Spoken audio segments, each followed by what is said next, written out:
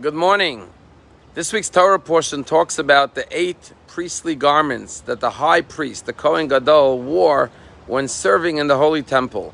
And the Talmud tells a fascinating story. There was once a Gentile who was walking by a synagogue, and he overheard the discussion about the 8 priests and the sacredness of these priestly garments. So the Talmud said he went to the home of the great sage Shammai. And he said, I want to convert to Judaism so I could become a high priest and wear these 8 priestly garments. Well, Shammai had a temperament that didn't really suffer fools too well. He took a beam and he chased him away from his home. So the Talmud said he went next door to Shammai's neighbor, who was Hillel, who was a much more tolerant person. And he said, I want to convert to Judaism so I could become a high priest and wear the 8 priestly royal garments. And Hillel said to him, I'll tell you what, first go study the laws of being a high priest. And so he went to study the laws of being a priest, and of course, he discovered the law that says anyone who is a non-Kohen cannot enter the temple and serve in the priesthood. And he realized that even a non-Kohen Jew, surely as a convert, he would not be eligible to ever be a Kohen Gadol. But here's the amazing part. The Talmud says he went back to Hillel and he said, I discovered that I cannot become a Kohen Gadol, but I still want to convert to Judaism. And sure enough, he converted to Judaism. And the question is, if he discovered that he cannot be a Kohen Gadol, a high priest, and his whole motivation was to become a high priest, why did he still convert to Judaism after he realized he can't be a Kohen Gadol? And perhaps the answer is that he realized how sensitive and loving and compassionate Hillel was, that Hillel didn't want to reject him out of hand and dismiss him and say, no, you cannot become a Kohen Gadol. You're not eligible. You have to be born into the priesthood. But rather, in a gentle way, Hillel said, go study the laws and you'll realize on your own, I don't want to be the one to reject you. And when he saw that the Torah made Hillel a kind and loving person, he was attracted to the beauty of the goodness of the Torah and decided that he wants to convert to Judaism as well. It's a story that just happened yesterday. In Miami, there's a business conference going on called ECAP. And there is a religious Jew from Monsey, New York. His name is Dov Sofer. He came to Miami to join this business conference.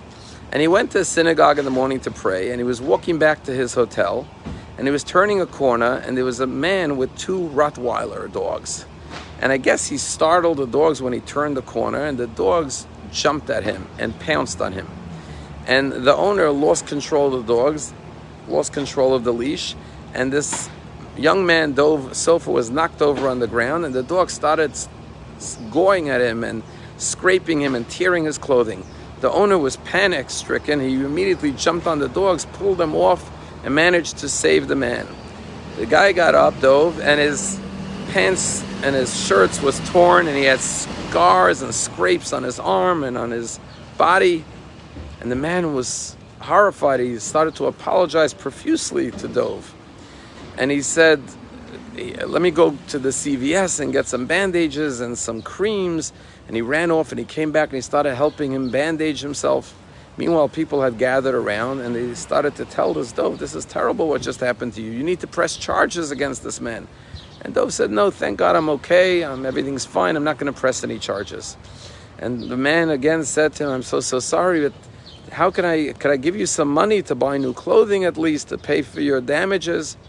And he said, no, I don't need any money. It's fine. Everything's good. Thank God I survived. And the man said, well, is there anything I can do for you? And he said, by the way, you should know, I'm also Jewish.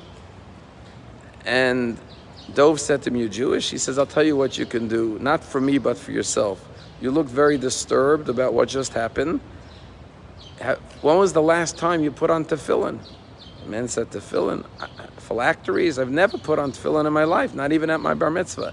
He said, well, I think it would be a good idea if you put on tefillin, because this will give you strength to overcome the trauma that you just went through. The man said, I'll be delighted to put on tefillin. He was coming from shul, he took out his tefillin, and he wrapped tefillin and said the blessings in the Shema with this Jew in the street. And the man said, do me a favor, take a picture of me with the tefillin. I want to send it to my wife. And Dov put his hand around this man, and they took a beautiful picture smiling with this man wearing the tefillin. When a person sees your goodness, your kindness, your generosity of spirit, then they say, if this is what the Torah does, it makes you this type of a person, I also want to connect to the Torah. I also want to perform the mitzvahs. The greatest motivation that draws people closer to God is when people see that the Torah transforms the nature of a person into a kind, loving, caring, and generous person. Have a wonderful day.